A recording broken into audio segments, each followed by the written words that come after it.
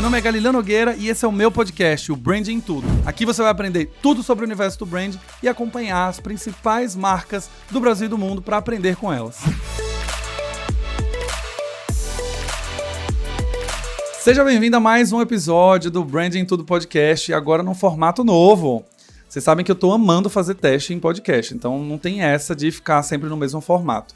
Já gravei assunto teórico mais análise de prova do Big Brother, já gravei episódio só de análise e só de assunto, e agora mais um outro teste que é a gente discutir um tema de mercado, ter um pouquinho de teoria e também ter convidado junto comigo para a gente discutir bastante temas relacionados ao mundo do branding. Se você está chegando por aqui nesse episódio porque você recebeu a recomendação de alguém te passou o link do Spotify, do Google Podcast, do Apple Podcast, do Castbox e todos esses outros lugares, seja bem-vindo ao Branding em Tudo.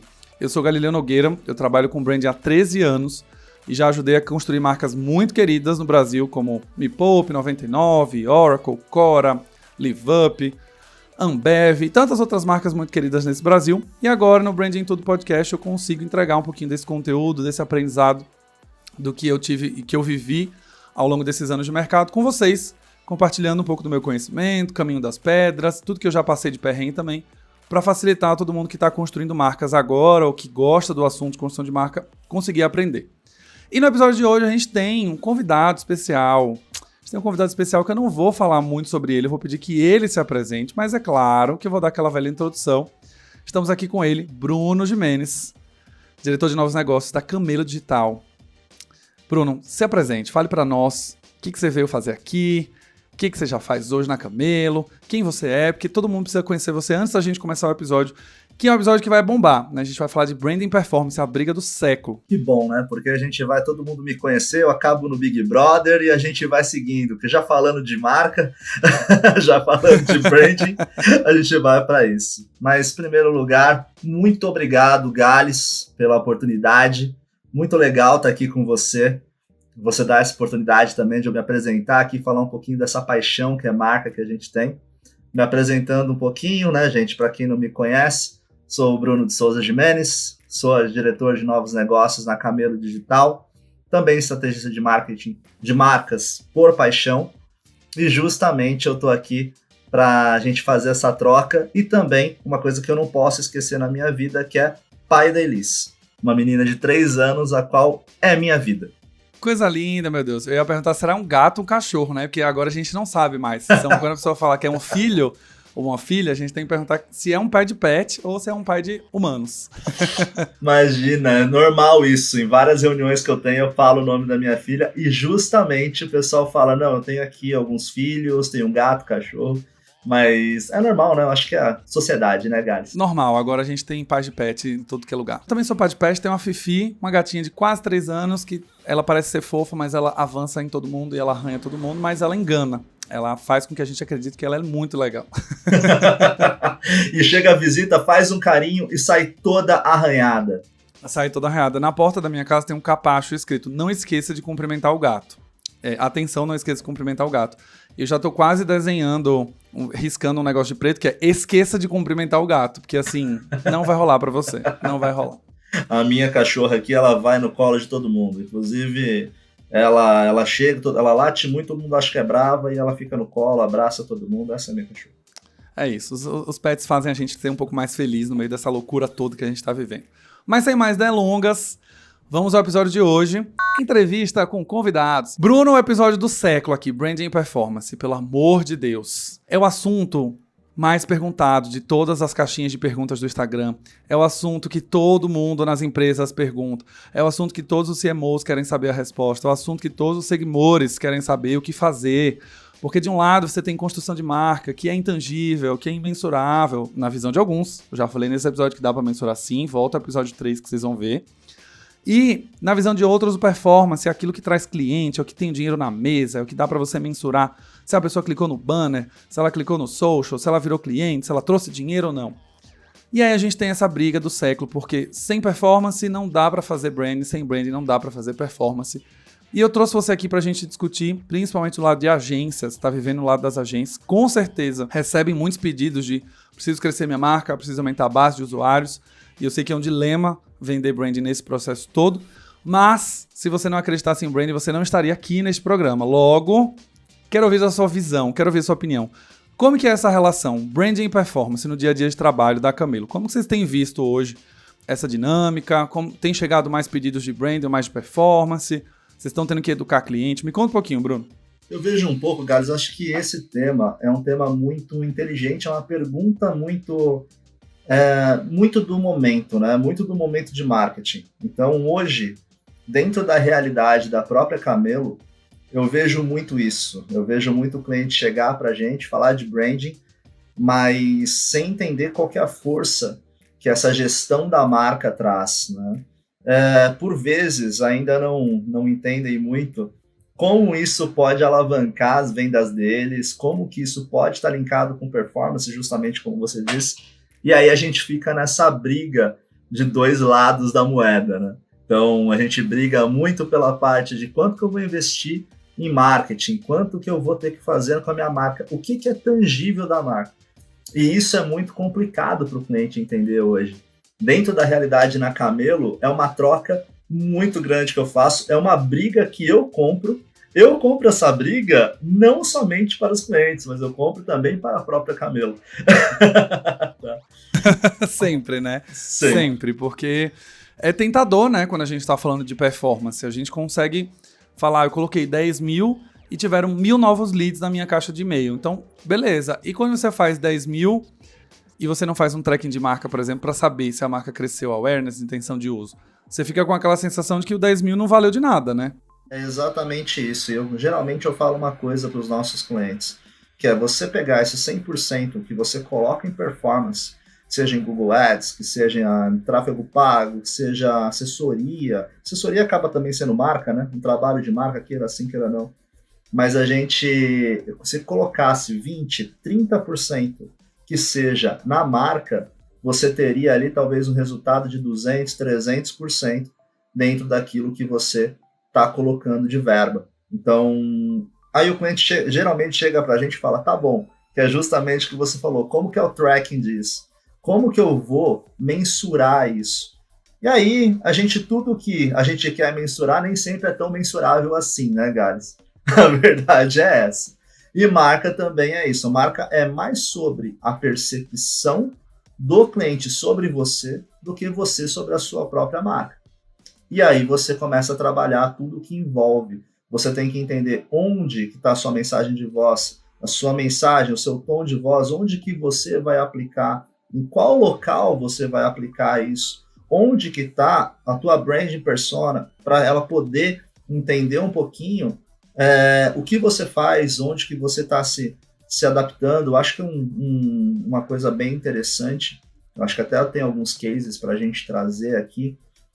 Você vê muitas marcas tendo ativação no Rock in Rio. Rock in Rio acontece a cada 2 anos, é isso, Gales?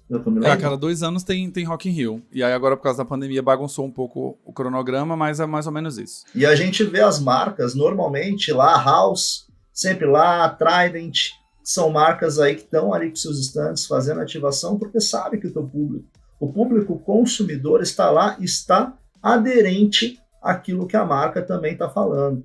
Eu, como um bom nerd, né, Gales? Como eu tinha te falado.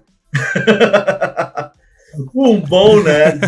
Temos um nerd aqui, Vê. Já discutimos bastante. Como um bom nerd aí, fã de videogames e tudo mais, eu acompanho muito essa briga entre PlayStation, entre a própria Xbox, e eu vejo a Nintendo um pouco de fora. E aí, branding é muito sobre posicionamento, né, também. Então, justamente, por que você vê a Nintendo não entrando nessa competição, sendo um outsider? Porque justamente eles focam em diversão, eles focam em comunicar desde o pequeno até o mais velho, mas com uma diversão. E isso a gente pode linkar com o começo da conversa, porque justamente você está falando de performance, e a performance da Nintendo eu não vou brigar com aquelas duas, porque o meu posicionamento é outro, e por isso a Nintendo é a Nintendo até hoje. E é muito legal parar para pensar em relação ao posicionamento, né? Porque no caso de videogames isso fica muito nítido, né? Quando a gente fala assim, eu tenho um PlayStation, eu tenho um Xbox, eu tenho um Switch. Você tem 3 perfis completamente diferentes de pessoas, de jogos, de estilos, e isso é um posicionamento de marca. né? E quando ela decide não entrar, por exemplo, nessa seara, ela sabe exatamente onde ela domina um território que é dela, mas ela também faz investimento, né? No final das contas, ela investe em comunicação para a gente saber desse posicionamento, porque não adianta esse posicionamento ser interno, tá dentro de um PowerPoint, as pessoas vendo dentro da empresa, circulando esse material, mas o consumidor não ter isso na clareza, né? Não ter isso na visibilidade de que a marca de fato é voltada para a família ou para a diversão. Os jogos são mais simples, são com menos exigências do que outras marcas como PlayStation e Xbox, né, Bruno? Isso é um fato. E aí a gente vê muito também essa situação quando a gente fala justamente de você conectar com o teu público-alvo, que a gente vai para branded content, né? E aí a gente vai muito para gerar esse conteúdo de marca. Como que a gente mensura isso? Qual que é a conexão? Qual que está sendo a navegação? Qual que é a jornada do teu cliente? Os touchpoints digitais? Como que eles estão navegando entre isso? Então, essa análise, né? Hoje o digital ele permite muito isso, né, guys? Então, a gente vê muito do digital podendo permitir esse relatório, essa análise desse tracking, e você poder ver ali indicadores de marca que mais visitam teu site, qual que é o público, fazer uma análise de cohorts, já falando de performance em si, não falando tanto de brand, mas aí a gente vai conseguir entender ali qual que está sendo o engajamento do teu público, como que está sendo a experiência dele com a tua marca. Eu ouvi recentemente um podcast, o qual me chamou muita atenção. Fica aqui o crédito também pro Tribo de Marketing. E ouvindo falar um pouquinho sobre a própria situação de marca, né?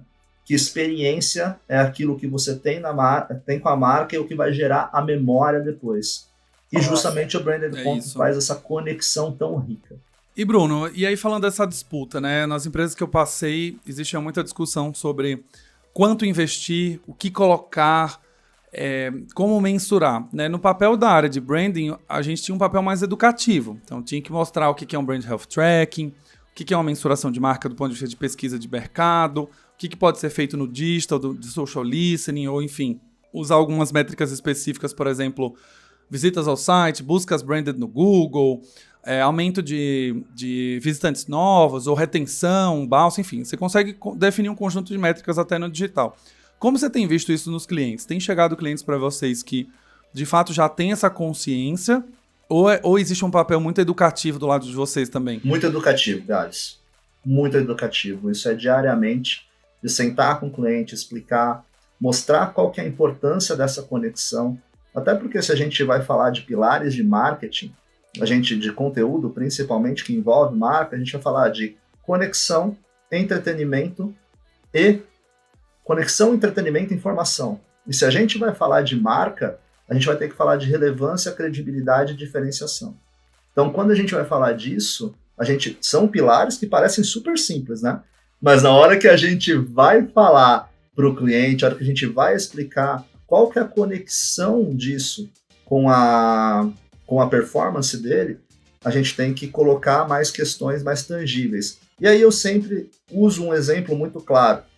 Quando a gente chega na própria B3, na própria Bolsa de Valores, o que está sendo negociado lá? Em primeiro momento, vamos falar ações, mas na verdade o que está sendo negociado lá são marcas. Então, assim, a própria marca da... Excelente exemplo. E a gente vai olhar um pouquinho, se eu não me engano, me corrija se eu estiver errado, Gales, que é justamente, se eu não me engano, a marca da Coca-Cola vale mais do que a empresa. Sim. A gente tem na medição do ranking, né, da Future Brand, por exemplo, o valor de marca ele é mensurado em alguns aspectos, algumas atmosferas. A gente tem um valor de mercado, do ponto de vista de empresa, quanto ela vale o negócio. Mas também existe a mensuração, que é o valuation de marca. Então, quanto a marca adiciona de valor no negócio. E aí acaba sendo um on-top, né? Você tem lá, vale 150 bilhões de dólares, mas você tem a marca valendo mais 20 bilhões. Então, você soma, é como se a empresa em si valesse 170, só porque 20 veio do valor que a marca tem hoje. E aí toda a parte de conexão emocional com o consumidor, lembrança, recall, intenção de compra, enfim. Aí a metodologia ela já usa para que você entenda exatamente como que eles conseguiram chegar naquele valor de marca. O nosso pai do branding, o David Icke, ele já tinha criado o cálculo de brand equity lá atrás, um cálculo bem difícil, inclusive. Mas agora a Future Brand, por exemplo, no ranking, consegue dar um faturamento que a gente consegue entender o valor de marca como um todo, né? E mais ainda, fazendo até um endosso disso, pontual. É muito bom, Gales. Eu tô adorando participar porque eu tô aprendendo muito com você, tá? Então, assim, justamente quando a gente fala disso, a gente vai acabar culminando em market share, por exemplo. Quanto que o market share não valoriza uma marca, né? Quanto que hoje, por que eu falo, eu não vou no mercado comprar refrigerante, eu vou no mercado comprar Coca-Cola, seja lá se eu vou comprar uma Dolly. Eu vou comprar uma Coca-Cola, isso é o market share. Agora, é muito legal quando a gente coloca um modelo de briga de marcas, até para você elucidar isso, quando a gente fala, eu vou no mercado comprar um Nescau ou um Toddy, né? Então, assim, a gente consegue colocar essas analogias. Sim, sem dúvida. E me conta, você me falou nos bastidores, quando a gente conversou antes da pauta, que vocês tiveram um cliente recente que fez um pouco dessa virada de chave, né? De fato, ele entender que você sim precisa ter aquisição, precisa trazer gente, mas que você precisa reforçar a marca também para despertar essa conexão. E eu lembro que você comentou que era um case de um shopping, né? O que você pode falar pra gente? Que shopping, geralmente, ele tem aquele desafio de gerar tráfego. Tem que trazer gente pro shopping. As pessoas precisam entrar no shopping para rodar nos lojistas, né? E aí, uma vez que os lojistas faturam bem, o shopping também ganha com isso. Me conta um pouquinho desse case, que eu acho que vai ser muito bacana as pessoas entenderem num lugar que é bem varejo, que em teoria tá focando sempre em venda, lucro, né? O faturamento do lojista, a comissão, o aluguel que vai ser pago. E agora a gente está falando de um shopping que começou a investir em marca também. Lembrando do cenário, né, Gales? O cenário que a gente está vivendo não é o melhor cenário possível também para o tráfego físico, né? Então, assim, a gente tem uma situação, a gente tem um cliente que ele está no coração de São Paulo, justamente ele está ali na Avenida Paulista, em que ele tem, né, algumas ações aí até que viralizaram, que justamente a viralização dessas ações geraram muito valor, muito tráfego para esse shopping, que é justamente o Round 6. Quem não assistiu, assista, tá na Netflix, tá? Onde a gente também fez ali algumas postagens, auxiliou ali com algumas ideias. E assim, hoje a gente vê muita troca, né, de marcas que estão no shopping com a própria marca do shopping. Como fazer essa gestão da marca do local com as marcas que estão lá dentro. Então, geralmente, há uma troca muito rica entre gestores de marketing, né, que estão também gerindo as marcas, e ações em conjunto. Então, hoje, o digital ajuda muito sobre isso, em fazer ações collab, vamos colocar dessa forma. Então, a gente ter ali colaborações entre as marcas que estão ali no shopping, o shopping colocando uma identificação com São Paulo. Então, a gente buscou muito essa parte da marca do shopping, falar, olha, estamos aqui há muito tempo, nós estamos aqui em São Paulo e, de fato, estamos enraizados em São Paulo e conhecemos São Paulo como ninguém. Então, traga a tua marca porque ela vai estar vinculada a essa questão da cultura paulistana. E aí, se vocês acham que eu não vou falar o nome, falo Shopping Center 3 Paulista. Todo um mistério pra gente saber quem que era o cliente, mas, bom, soubemos. E até onde você pode contar, óbvio, a gente tem um sigilo, né, em relação à negociação e etc. Mas se a gente fosse falar hoje, assim, em relação a percentual, né, hoje tá equilibrado, branding performance, tá mais performance menos branding, como que tá isso, assim, quando começou para agora? Eu vou te falar do que eu vejo do mercado, tá? Se eu colocasse, que não tenho números exatos, mas eu coloco uma ideia hoje do que eu vejo no meu dia a dia. Eu diria que 10, 15% no máximo se preocupam com marca.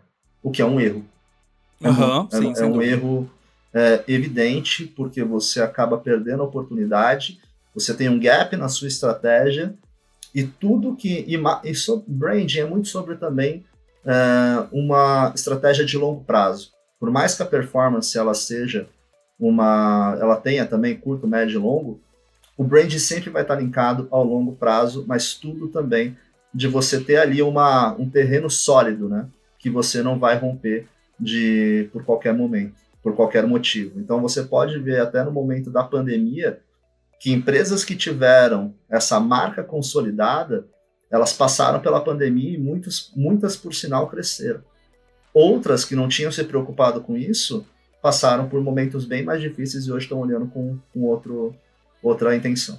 Não, maravilha. Essa preocupação de 15%, né, isso é um fato. Assim, eu costumo dizer que eu até entendo alguns momentos de marca, eu já discuti isso algumas vezes. Uma vez que a gente tem uma marca que está começando agora, por exemplo, a gente é uma fintech, né, eu sou uma marca de bolo, que é digital, você pode fazer pelo app, o pedido e tal. É natural que no começo a gente tenha um investimento justamente pela recência do negócio, de querer faturar logo, de querer entrar dinheiro, de querer pagar logo o aluguel, os custos de funcionário.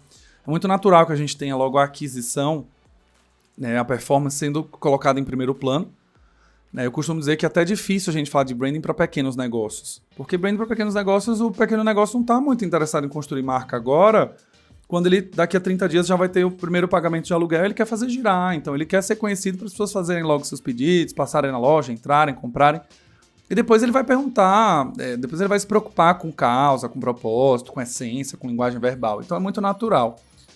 Mas olhando para esse cenário de aquisição no começo, para explicar o negócio, às vezes eu estava vendo esses dias carteiras digitais. Carteiras digitais é um negócio que não dá para fazer branding agora. A gente não sabe como funciona, é um negócio completamente novo para o Brasil, está começando agora. Então, no começo, a aquisição, ela tem esse papel também de trazer cliente dando um bônus, dando alguma coisa para fazer o cadastro. E, de certa maneira, eu vejo essa batalha de branding e performance no mercado, mas a gente não pode esquecer que as peças de performance também estão construindo marca. Elas também estão construindo percepções, também estão criando atributos, também estão explicando funcionalmente os atributos do produto. Como é que você enxerga isso, assim, nesse dilema, né? Alguns clientes, vocês têm clientes que hoje dentro da agência que de fato estão naquele momento que precisam explicar muito quem eles são, e depois no final das contas você fala, não, agora chegamos num platô. Acontece demais. Eu não consigo mais virar, a aquisição já não funciona mais, as pessoas não estão mais clicando nas peças. Vocês observam isso no dia a dia? Com toda certeza. Eu trago aqui 2 exemplos, né? Um do meu dia a dia, de sentar mesmo com clientes e falar, poxa, até falando do digital, focado nisso, o digital mostra muito isso, que muitas vezes você tem muitos seguidores, mas você tem engajamento baixo. Você não tem ali aquele público engajado nas ações da sua marca. A sua marca não chama a atenção desses seguidores, né? Então, isso é rotineiro. E a tua marca que vai gerar essa conexão. E isso é um ponto muito claro nosso. Uma pergunta que hoje um cliente fez, até numa troca que eu estava fazendo com ele, que justamente ele falou uma coisa muito importante. Ele falou, poxa, mas o meu mercado era um mercado de semijoias. O meu mercado ele não converte tanto nas mídias sociais. Eu falei, poxa, mas semijoias não converte? Então eu comecei... Como assim, né? De onde você tirou isso? Exatamente. Até conhecendo o mercado, eu já vi muita conversão de semijoias. Então eu acho que é um dos mercados que, na minha visão, mais convertem para isso. E justamente eu falei, olha, não, mas no meu nicho é muito disputado, é um oceano vermelho. Eu falei, não é bem assim. Você vê que tem diversas empresas de semijoias e também de joias, como a Vivara, por exemplo, que estão aí inovando também, entrando com mais força dentro das mídias digitais e não estão reclamando de resultado. Mas é aquilo, para você ter uma marca posicionada no digital, é como fora também do digital, né? E justamente você precisa ter relevância, você precisa ter credibilidade, você precisa ter a diferenciação e se mostrar sempre uma marca ativa, uma marca humanizada, que conversa com o teu público.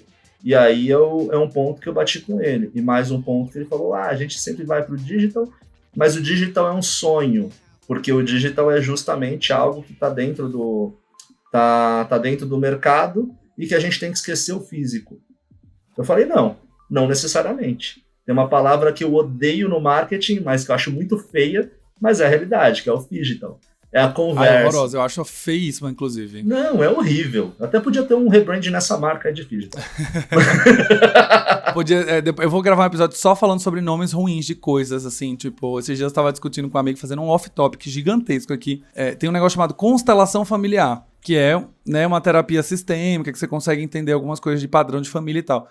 Quando você escuta constelação familiar, você já imagina que é astrologia, se é zodíaco, você imagina, e não tem nada a ver. Então é um dos problemas de naming, por exemplo, que eu acho que, assim, Tem nada a ver uma coisa com a outra e é ingrato você ouvir você falar que tem coisa de astrologia e não tem nada a ver. Mas vamos fechar o parênteses aqui. E quantas vezes não tem entendimento, né, Gales? Que naming também faz parte da marca, né? Ah, mas isso aí é assunto para outro podcast, porque o naming, quando ele nasce, ele já nasce da cabeça de quem inventou, né? Não necessariamente tem um racional para estar ali dentro, né? Ele simplesmente fala, vou abrir meu negócio, tem que pensar no nome, pensar num logo. Pensando nesses 3, aí eu consigo já imprimir, fazer a fachada e vambora, né? É difícil, assim, as marcas terem naming mesmo como parte de uma técnica, com ferramenta, para dizer, olha, o nome ele precisa refletir a essência para que lá na frente eu consiga vender melhor, é um pouco difícil, mas bom, não é o foco desse episódio. Voltemos à performance aqui. Basicamente, se a gente vai olhar até por tudo isso que envolve, né, as técnicas de branding, a gente vai falar muito aqui como que tem pilares, né, Gales, de branding. Então, quando a gente vai falar de branding, a gente vai falar de uns 8 pilares, assim, que eu imagino que eu sempre coloco no meu dia a dia de atuação, né? Você tem que pensar em design de negócios, que aí você vai estar muito ali junto com design thinking, né, sobre isso. A gente vai falar muito de estratégia de marca, vai falar muito de colocar ali dentro do papel, você pensar mesmo no direcionamento da marca, onde que você vai atuar, qual que é o tempo para cada ação, onde essa ação estará. Uma outra briga minha, que a gente fala muito, que é o universo verbal e o universo visual, que ambos precisam... Esse aí é outro episódio também que a gente vai gravar. De conversar, comunicação da marca, experiência de marca, gestão interna, porque é importante internalizar para depois ir para fora. E aí, por final, o valor que a marca traz, né, Gales? Então, tudo isso vai construir esse valor. Muito bom, Brunão. Já temos aqui quase 30 minutos de conversa, o episódio já ficou um pouquinho longo, a ideia é que a gente tenha sempre 30 minutos no máximo, porque as pessoas estão ouvindo na academia, é a duração ideal de um treino, na caminhada indo para o trabalho, lavando louça ou lavando roupa, que também não passa de meia hora. Então, fechando por aqui, se você pudesse dar uma dica para as marcas hoje, que estão olhando para esse equilíbrio, branding performance, o que você diria? Com toda certeza que olhassem para o seu principal ativo, que é a marca, que é o quanto que a tua empresa de fato vale, obviamente, quanto que ela gira, quanto que ela tem de retorno, mas é também o que você faz com a sua marca, o quanto que a sua marca está posicionada, o quanto que ela está fixada na lembrança do seu consumidor dentro do seu nicho. Então, a partir do ponto que você investe nisso, mais retorno você vai ter e, consequentemente, você tem o maior ativo da tua empresa. E aí, seja o pequeno, seja o médio, seja o grande. E aí, a gente tem o meio, né, que é a startup que faz esse intermédio aí que se preocupa muito com marca. Muito bom, muito bom. Bom, gestores de marca que estão por aqui já escutaram um conselho valiosíssimo. Cuidem bem do seu principal ativo. É um ativo que ele não vence, é um ativo que ele não acaba, é um ativo que ele não troca. Ele vai ficar com você até o final e só ele vai valer muito, independente do seu produto, independente da sua formatação de empresa, enquadramento, razão social. Esse é um ativo que você precisa cuidar. Então, quando alguém te perguntar, mandar um orçamento falando sobre sua marca, sobre name, sobre expressão visual, lembrem-se que esse é seu principal ativo. Seus produtos eles podem passar, as tendências podem mudar, mas a marca ela sempre fica. E pra gente encerrar esse episódio, eu vou deixar então uma grande conclusão aqui. Agradeço demais, Bruno, a sua presença, a sua contribuição aqui no episódio. Você quer deixar o jabazinho aqui pra galera? Pô, meu jabá primeiro é pra você aí, Gales, e tomara que todo mundo ouça aí o seu podcast, seus episódios, porque eu tô aprendendo e tem muita contribuição aí pro mercado, tá? E justamente é o que eu acredito.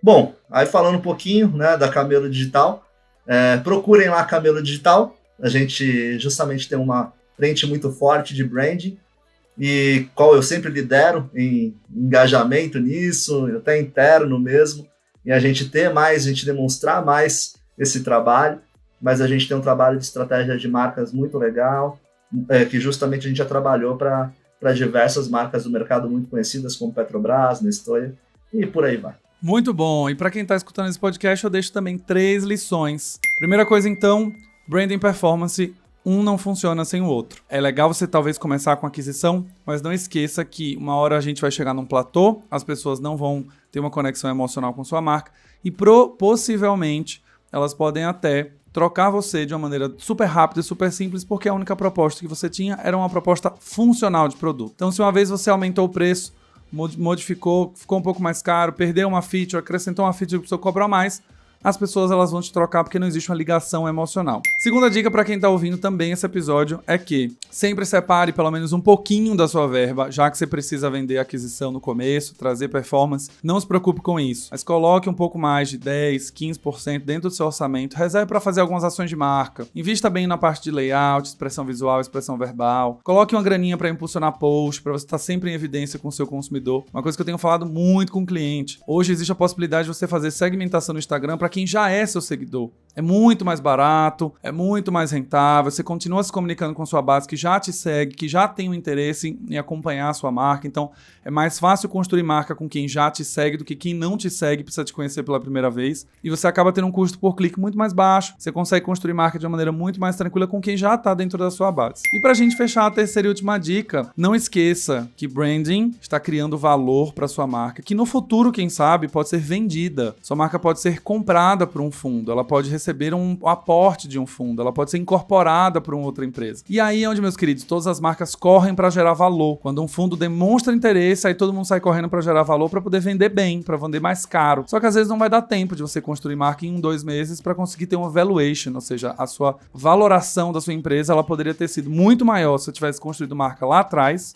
E aí na hora que ele viesse fazer a proposta, uma outra empresa, um outro fundo, você falaria, não, eu já tenho uma marca muito bem construída, tenho uma base de consumidores muito fiel, eu tenho um NPS muito alto, eu tenho um engajamento de marca sendo medido por um tracking de marca que está incrível, e eu preciso que a marca seja X mais 20% mais cara por uma questão de valor de marca. O Bruno trouxe aqui no episódio um exemplo super claro da Coca-Cola valer mais como marca do que necessariamente como negócio. Então imagina que você pode estar perdendo uma oportunidade incrível de ter uma marca com mais valor, que na hora que ela vai ser vendida para um grupo ou para um fundo investir, você simplesmente agora vai ter que construir marca com dinheiro do fundo, que ele vai te dar menos do que ele poderia te dar, porque sua marca não vale tanto.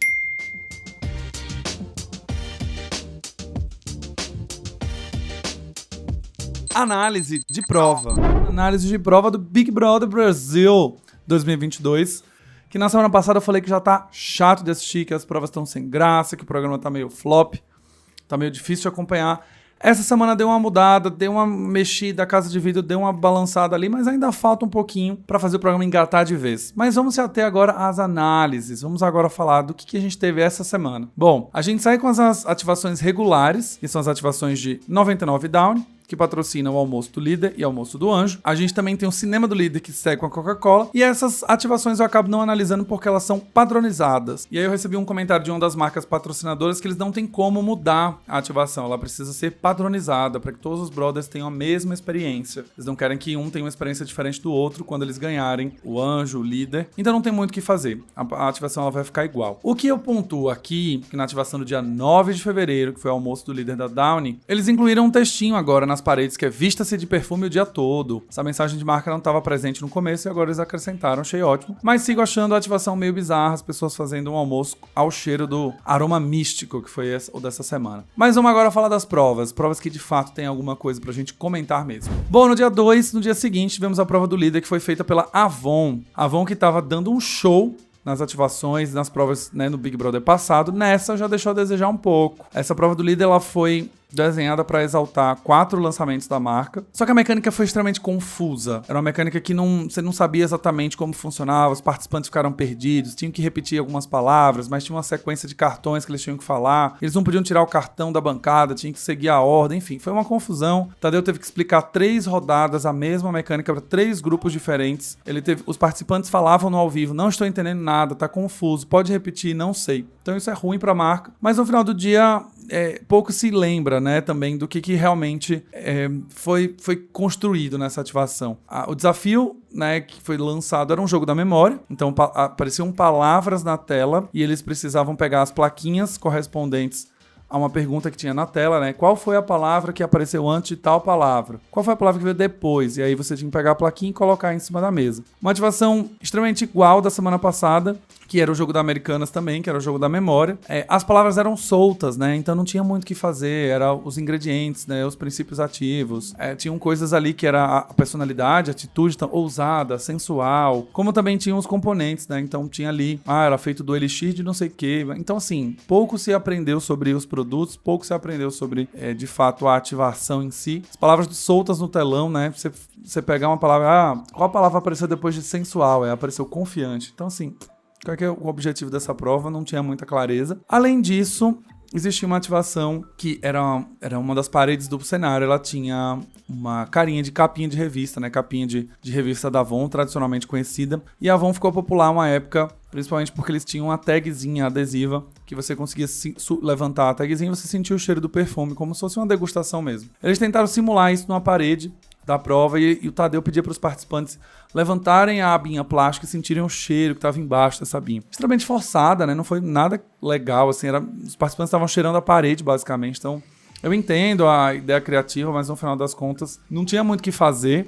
A prova foi muito confusa, a mecânica foi confusa, então Americanas. Então, Avon, infelizmente vocês nessa prova não construíram marca, não conseguiram fazer muita coisa. As palavras soltas não ajudaram muito. Essa forçação de barra para o participante cheirar uma parede para simular que era uma página da revista da Avon foi demais. E aí, na sequência, a gente teve no dia 12 a prova do Anjo, que na semana passada tinha sido unbranded, e nessa foi da Globoplay. Tinham 2 mensagens que eram chaves, 10 anos de Globoplay para o ganhador da prova e R$10 mil também como crédito. A mensagem era simples, né? Se tem, tananã, tem no Globoplay. E aí eles exaltavam a variedade de possibilidades que você tinha no Globoplay.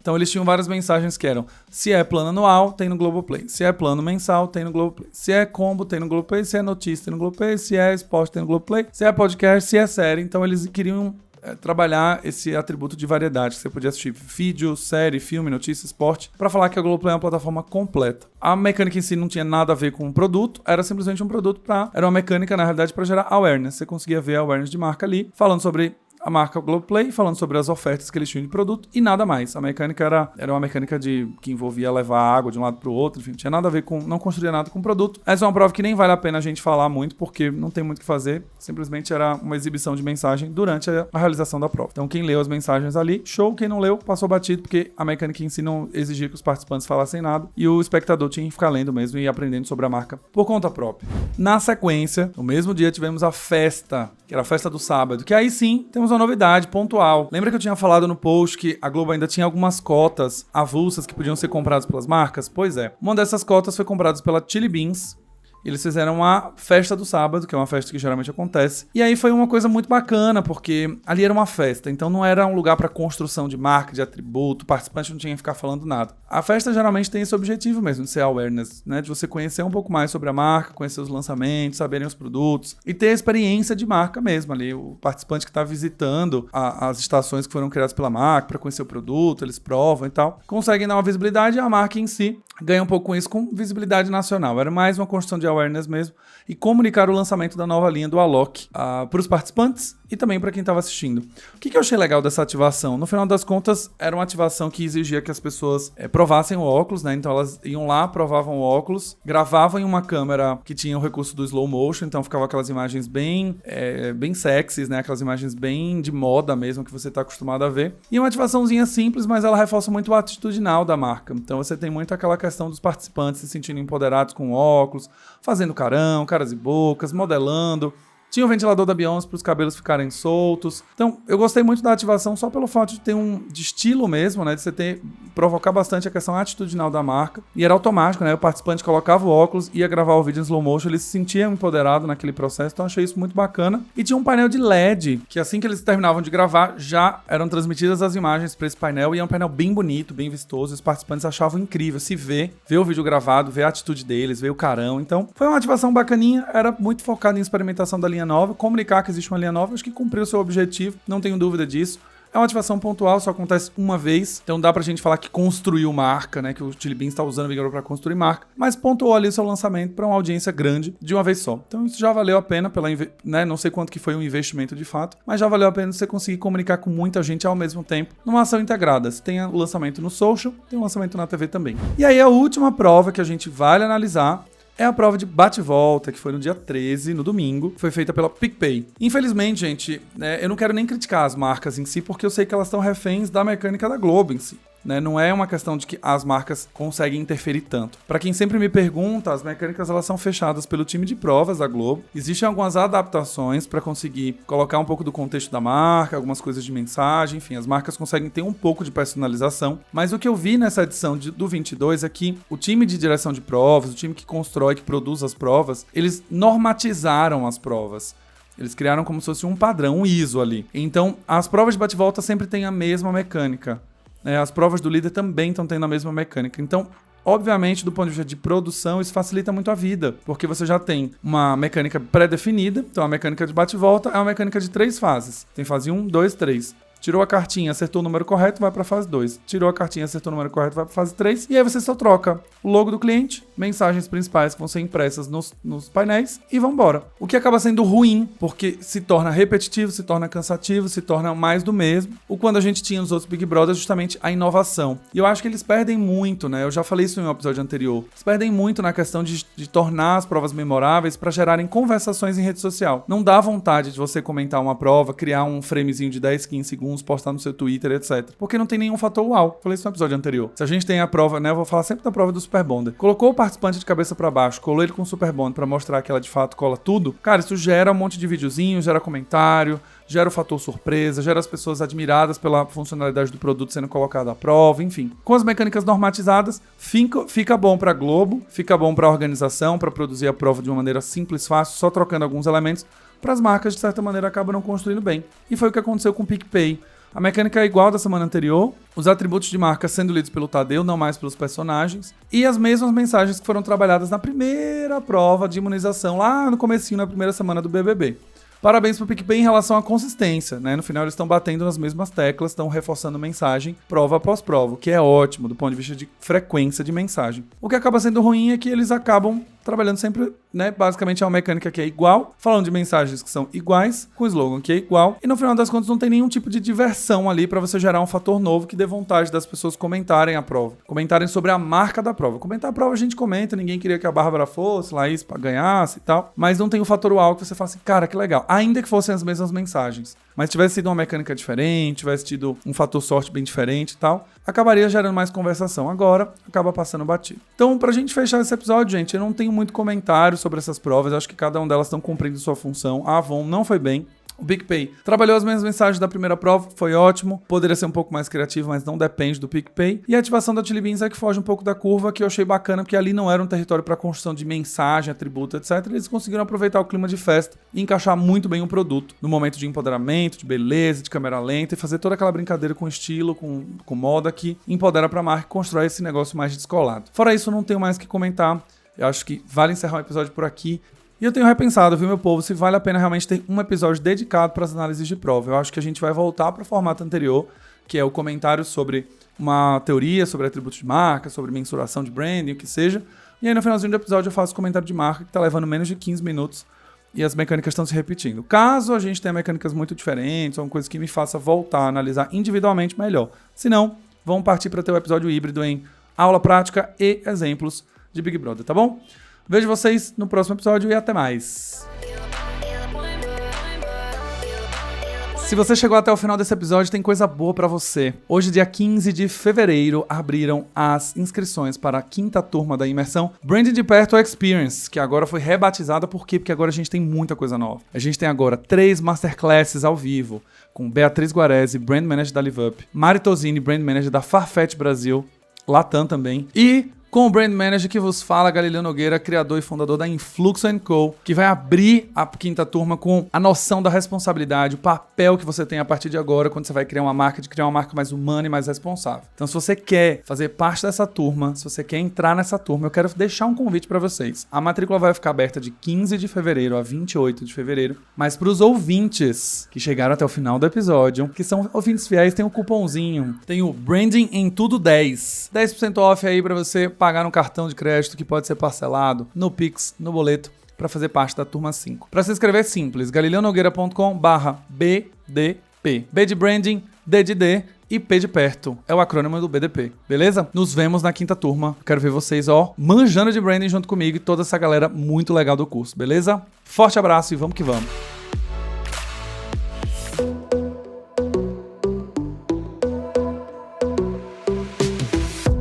E esse foi mais um episódio do Branding em Tudo, o seu podcast de branding. Não esqueça de me seguir nas redes sociais, @Galileu Nogueira, para ficar por dentro de tudo que acontece no mundo do branding.